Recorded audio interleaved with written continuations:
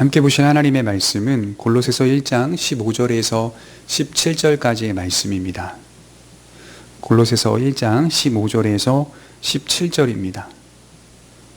봉독하겠습니다. 그는 보이지 아니하는 하나님의 형상이시요 모든 피조물보다 먼저 나신 이시니 만물이 그에게서 창조되되 하늘과 땅에서 보이는 것들과 보이지 않는 것들과 혹은 왕권들이나 주권들이나 통치자들이나 권세들이나 만물이 다 그로 말미암고 그를 위하여 창조되었고 또한 그가 만물보다 먼저 계시고 만물이 그 안에 함께 섰느니라. 아멘. 여섯 번째 시간, 만물 앞에 그의 존재라는 제목으로 하나님의 말씀을 살펴보겠습니다. 우리가 세상 속에서 믿음의 사람들을 만난다는 것이 참 감사하고 기쁘며 즐거운 일입니다. 믿음이라고 하는 공통된 집합 속에 있다 보니 그가 어떤 교회를 다니고 또 어디에 살며 어떤 대학을 나왔느냐가 중요한 게 아니라 그가 가진 믿음이 내가 가진 믿음과 동일하다는 사실 때문에 내가 믿고 있는 예수님과 그가 믿고 있는 예수님이 같다는 사실로 인해 누구보다도 친밀한 느낌을 받게 되는 것입니다. 그 이유는 처음 만났지만 대화를 하다 보니 그의 목적과 방향과 목표가 나의 목적과 방향과 목표와 동일하다는 사실을 발견하기 때문입니다. 우리 모두가 예수님으로 말미암아 구원을 받았고 은혜를 누리고 있습니다. 또 은혜를 받고 있습니다. 그리고 우리가 주를 위하여 살아가는 인생이 되었습니다. 이러한 큰 목표와 목적이 서로 동일하게 서로 같은 신앙을 고백하기 때문에 처음 보는 사람임에도 불구하고 그렇게 친밀한 감정을 느끼게 되는 것입니다. 사도신경을 우리가 고백하듯이 성도가 서로 교통하는 것과 라고 말하고 있듯이 우리는 서로 교통하고 있는 차원인 것이죠. 보이지 않지만 서로가 서로의 믿음 안에서 교통하고 있는, 한 교회 안에서 교통하고 있는, 교제하고 있는 일들이 이루어지고 있는 것입니다. 반대로 믿지 않는 사람들을 만나 관계를 맺고 친밀해지는 것은 우리에게 상당히 불편한 일입니다. 먹고 입고 자고 하는 것은 그들과 똑같지만 또 행동하는 것, 생각하는 것도 비슷하긴 하지만 이 가치관과 세계관이 전혀 다릅니다. 진리에 대한 믿음이 없기 때문에 그들은 이 생에서의 삶이 전부이며 하나님은 그들에게 필요치 않습니다. 중심이 다르기 때문에 기본적인 도리만 지킬 뿐 깊은 관계를 맺을 수가 없습니다. 이것이 신자가 살아가는 세상 속에서의 관계입니다. 여러분, 하물며 가족이라 하더라도 예수님을 믿지 않는 가족과의 수십 년간의 관계 속에 있다 하여도 그 굉장히 불편하고 어려운 부분이 많습니다. 넘지 못하는 부분들이 많죠. 그것은 결국 믿음의 차이인 것이죠. 그리스도 안에서 어느 방향과 어떤 생각을 하고 어떤 목적을 두고 있는가, 그것이 결국 그 사람과 나와의 관계 속에서 더 깊어지고 또 깊어지지 않는 그런 것들을 나눌 수 있는 굉장히 중요한 본질이라는 사실을 깨닫게 되는 것이죠. 하물며 가족이라 하여도 그렇게 불편할 때가 상당히 많은 것이죠. 또 나아가 세상에서 수십 년 동안 지인으로서, 친구로서 깊은 관계를 맺으며 알고 지내온 사이라 하여도 결국 나중에는 우리가 깊은 관계로 이어가기 위해서는 내가 가지고 있는 목표의식과 목적, 또 방향과 생각들, 또 가치관과 세계관들이 서로 공유되지 않을 때, 그럴 때는 관계를 깊이 맺을 수 없다는 사실을 깨닫게 되는 것이죠. 그래서 신자의 관계는 결코 넓어질 수가 없습니다.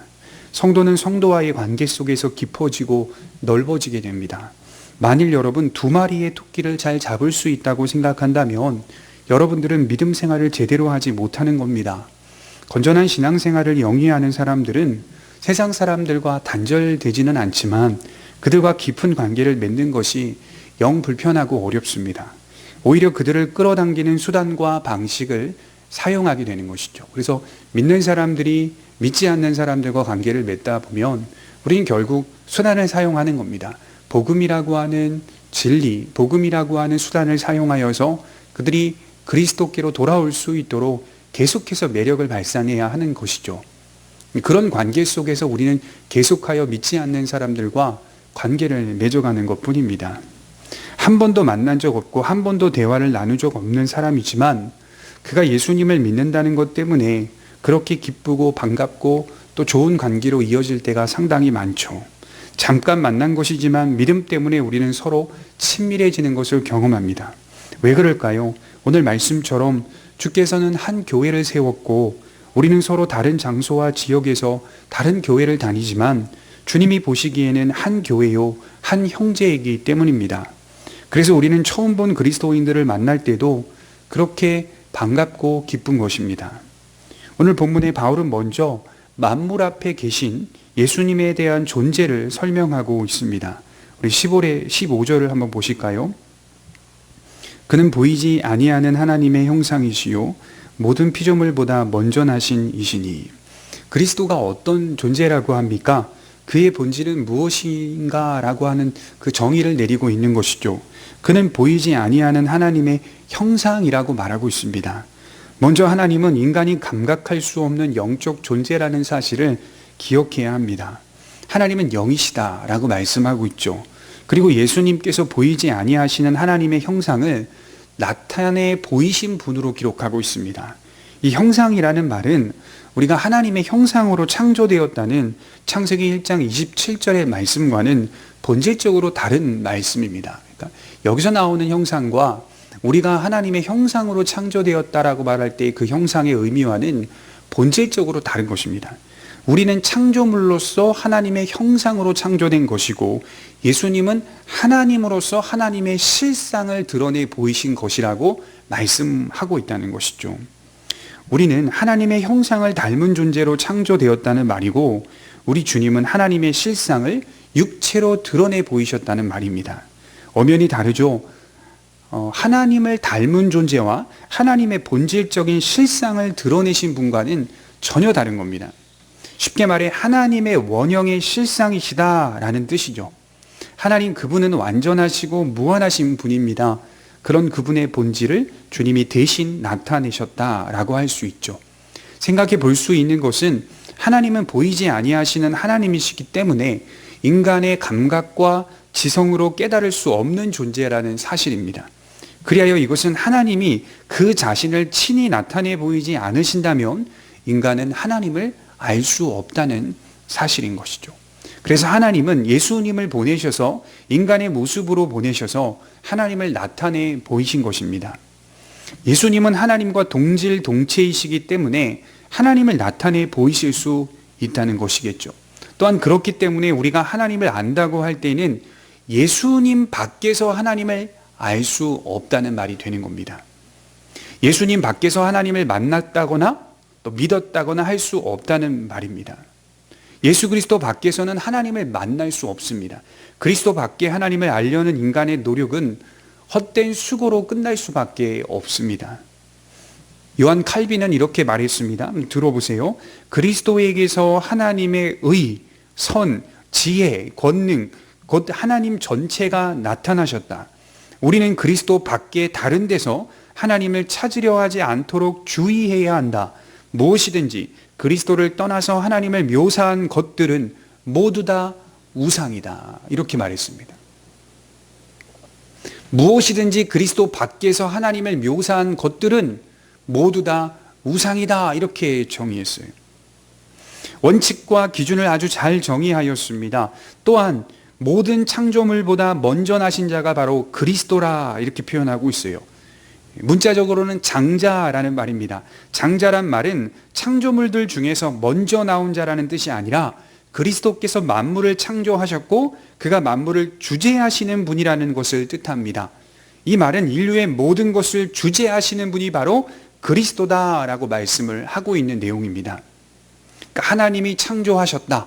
하나님의 창조, 예수님의 창조 속에 만물이 존재한다라고 말씀하고 있는 내용인 거죠.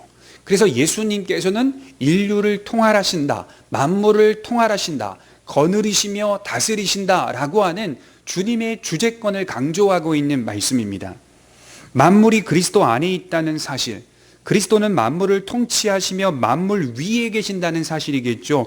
아주 쉽게 말해 만물의 대표자라는 뜻도 되며 주권자라는 뜻도 됩니다. 이것은 하나님보다 예수님이 조금 낮은 존재, 열등한 존재라는 그런 뜻이 아니라 만물을 빗대어 설명하기 위해서 먼저 나신 자라는 말을 사용하고 있는 것입니다. 결국 이것은 예수님이 하나님이심을 나타내주는 하나님의 독생자를 드러내주고 있는 말씀이라는 것이죠. 이것을 오해해서 예수님이 창조물보다 먼저 태어나신 분 정도로 이해해서는 안 된다는 거예요. 그래서 골로새 교회 속에 있었던 이단들이 잘못된 영지주의 사상을 교회 안에 퍼뜨리게 되는데, 그중 하나가 이 말씀, 오늘 기록된 이 문자, 이 말씀, 창조물보다 먼저 나신 자니까 하나님보다는 좀 작은 존재일 것이다 라고 하는 잘못된 추측과 해석을 교회 안에 뿌려놓았다는 것이죠. 이 영지주의자들이 이런 잘못된 해석을 뿌려놓았어요. 하나님보다는 조금 열등한 존재. 그래서 여호와의 증인들은 예수님을 천사장으로 이해하고 있잖아요. 예수 그리스도는 누구냐라고 하면 천사장, 그러나 여호와는 아니다, 이렇게 이제 이해하고 있다는 말이죠. 이게 영지주의 사상의 본질적인 의미라고 볼 수가 있죠.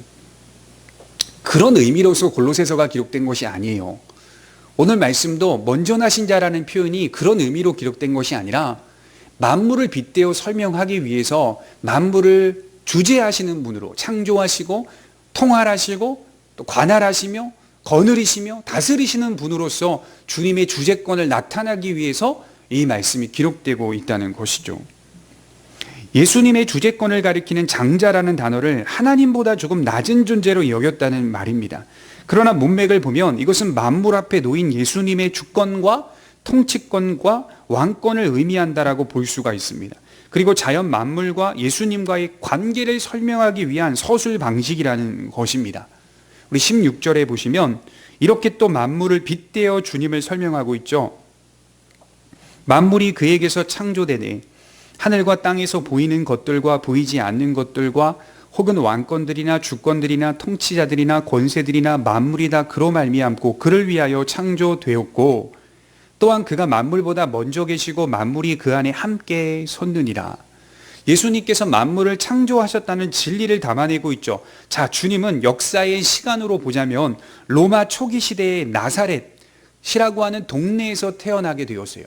어느 시점이냐? 예수님의 탄생, 예수님의 드러나심이 어느 시점이냐라고 물어본다면 로마 초기 시대의 나사렛이라고 하는 동네에서 예수님이 시작되었다, 이렇게 말할 수도 있을 것입니다. 그런데 바울은 그렇게 표현하지 않았어요. 예수님은 만물보다 먼저 계셨다라고 표현하고 있어요. 어느 시점이 아니라 아무것도 없는 그런 흑암의 상태였을 때 이미 예수님은 존재하고 계셨다라고 하는 표현을 쓰고 있습니다. 성부 하나님과 성령 하나님과 창조의 행위를 같이 하셨다라고 하는 의미를 던지고 있는 것이죠. 그래서 예수님은 언제 존재하셨느냐라고 묻는다면 사실은 시점이 없고 우리가 잘 아는 말씀처럼 I am that I am, 나는 스스로 있는 자니라 라고 하신 하나님의 말씀과 동일하게 이해해야 되는 거예요. 예수님은 하나님이시기 때문에 시점으로 이해하거나 계산할 수 있는 분이 아니고 예수님은 만물보다 먼저 선재하셨고 존재하셨다라고 그렇게 믿으며 고백하게 되는 것이죠. 만물 위에 계신 분, 성부 하나님과 성령 하나님과 창조의 행위를 같이 하신 분, 이 또한 주님이 곧 하나님이심을 말씀하고 있는 내용이라 볼 수 있습니다. 만물을 창조하신 분임을 기억해야 합니다. 만물은 그리스도께서 창조하셨고 만물의 원인은 그리스도이십니다. 여러분, 과학에서 빅뱅이라는 그 이론이 있잖아요. 아시겠지만 지구가 생겨난 원인에 대하여 약 150억 년 전에 높은 온도와 밀도가 팽창하다가 대폭발로 지구가 태어났다라고 하는 겁니다. 이전에 모든 것은 한 점에 불과하고 입자에 불과했다라고 하는 이론이죠. 태초에는 모든 것이 입자였다, 그렇게 하여 생명이 시작된 거랍니다. 동물이 만들어지고 인간이 만들어졌다는 것이죠. 생각해 보십시오. 제가 100번 양보해서 그럼 그 입자는 어디서 태어났습니까? 결국 아무것도 없는 상태에서 출발할 수는 없다는 말이에요. 폭발이 일어났든 그래서 진화를 했든 사물이 존재하는 원인은 분명히 있는 겁니다. 과학은 마치 모든 것을 밝혀낸 것처럼 선동하고 계속하여 사람들을 그렇게 몰아가고 있습니다. 과학의 중요성이 있기는 합니다. 매우 중요해요. 그러나 1950년에 프레드 호일이라고 영국의 천문학자가 있는데요.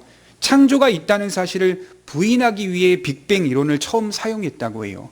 이 프레드 호일이라고 하는 박사가 창조를 깎아내리기 위해 빅뱅 이론을 사용하기 시작한 최초의 학자였다고 해요.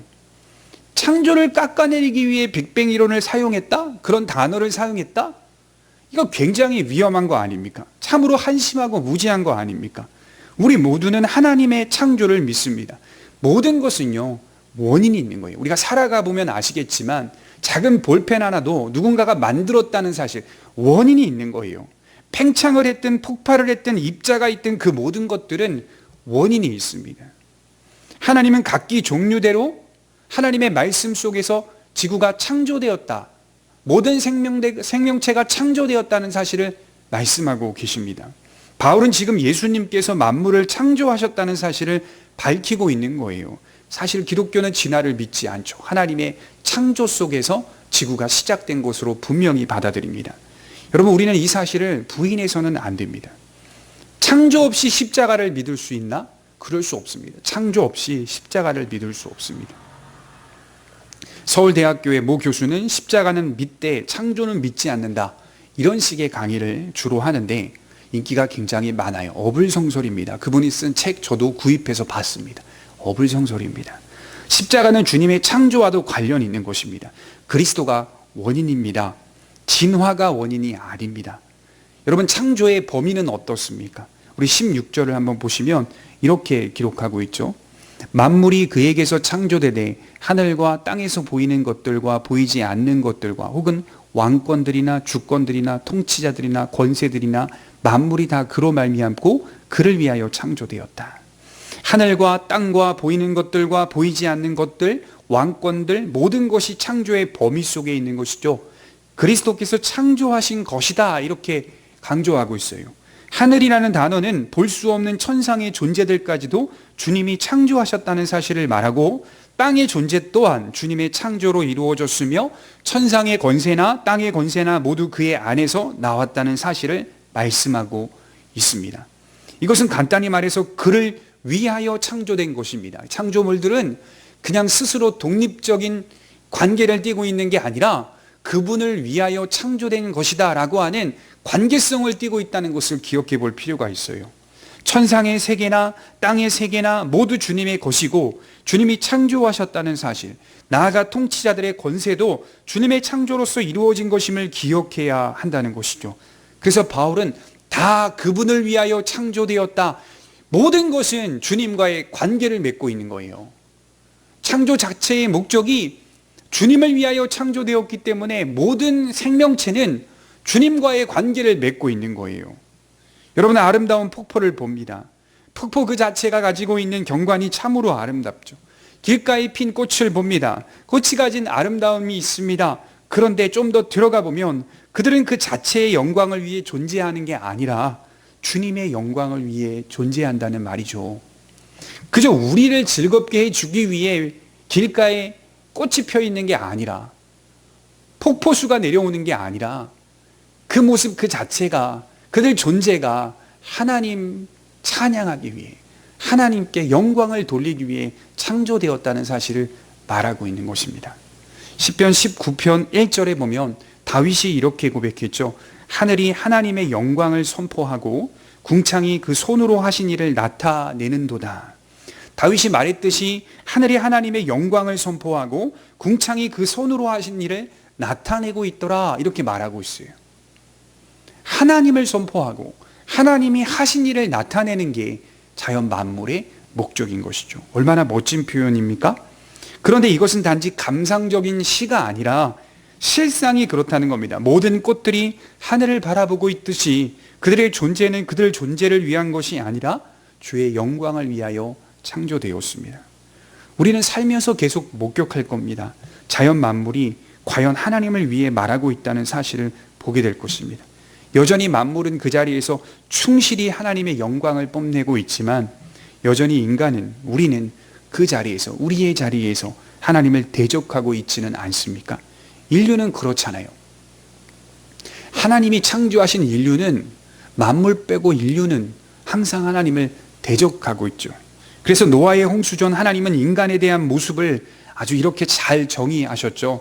우리 창세기 6장에 보시면 5절에 이렇게 기록하고 있습니다.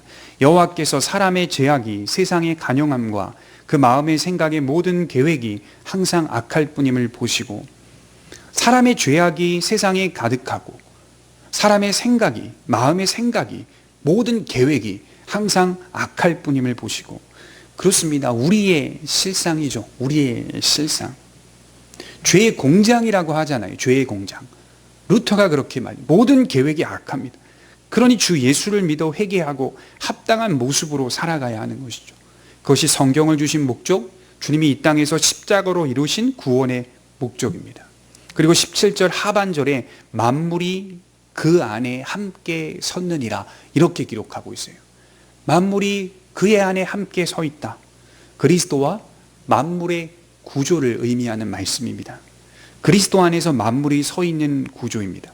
그러니까 예수님의 창조와 만물과의 관계를 분리시켜서 이해하면 안 된다는 거죠. 예수님의 구속사역, 십자가 사역이 만물과 관련이 있다는 말이에요.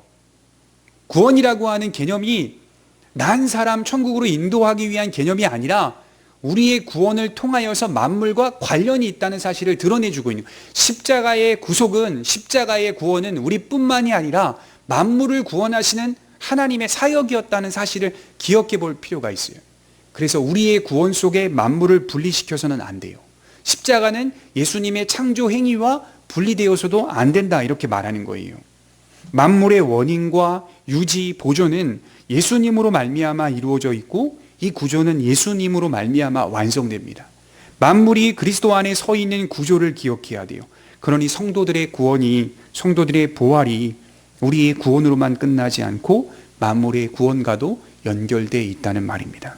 로마서 8장 21절에 이렇게 기록하고 있죠. 그 바라는 것은 피조물도 썩어짐의 종노릇한 데서 해방되어 하나님의 자녀들의 영광의 자유에 이르는 것이니라. 피조물도 기다리고 있다. 해방되기를.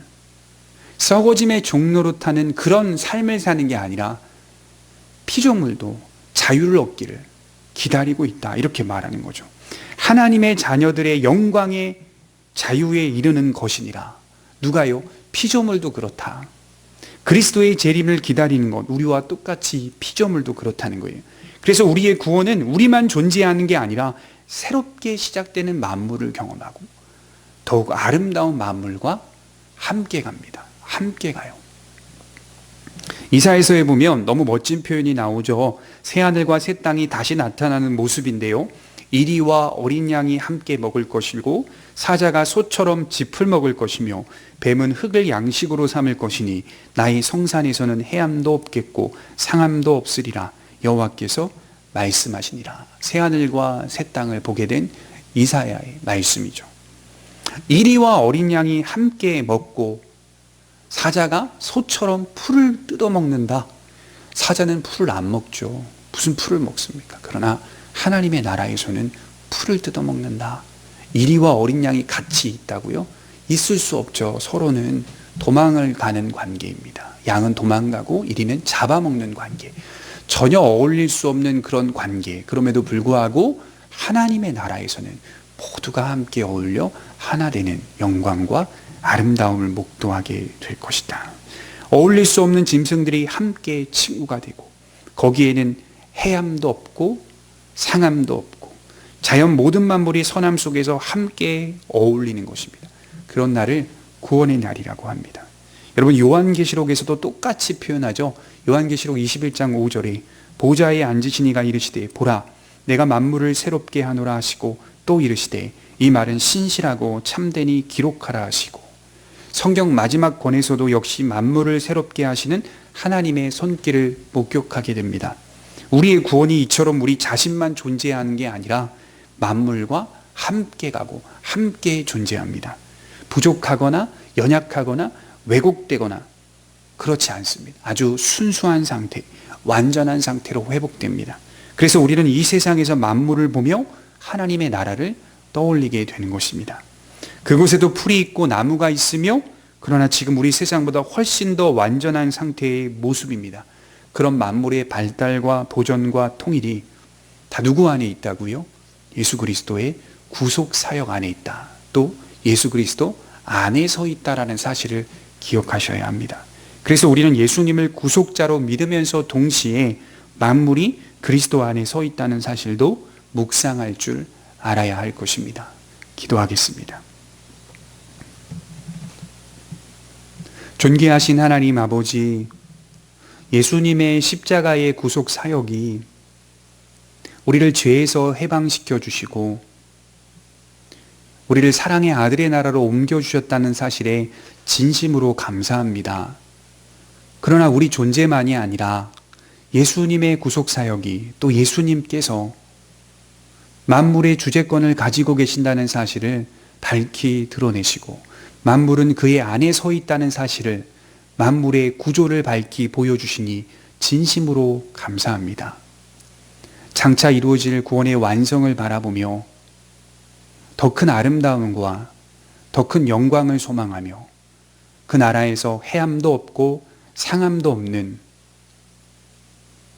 그 모든 영원한 생명 속에서 기뻐하며 즐거워할 수 있다는 사실에 우리는 이 땅에서 더욱 소망하며 간절한 기대를 가질 수밖에 없습니다. 먼저는 우리가 처한 현실 속에서 하나님의 나라를 이루어갈 수 있도록 도와주시고 작은 미물 하나도 하나님께서 창조하신 것임을 기억하고 소중히 여기며 또 그 안에서 하나님의 말씀을 통하여 묵상할 줄 아는 믿음 있는 성도들 되게 하여 주옵소서. 감사드리며 예수님의 이름으로 기도하옵나이다. 아멘.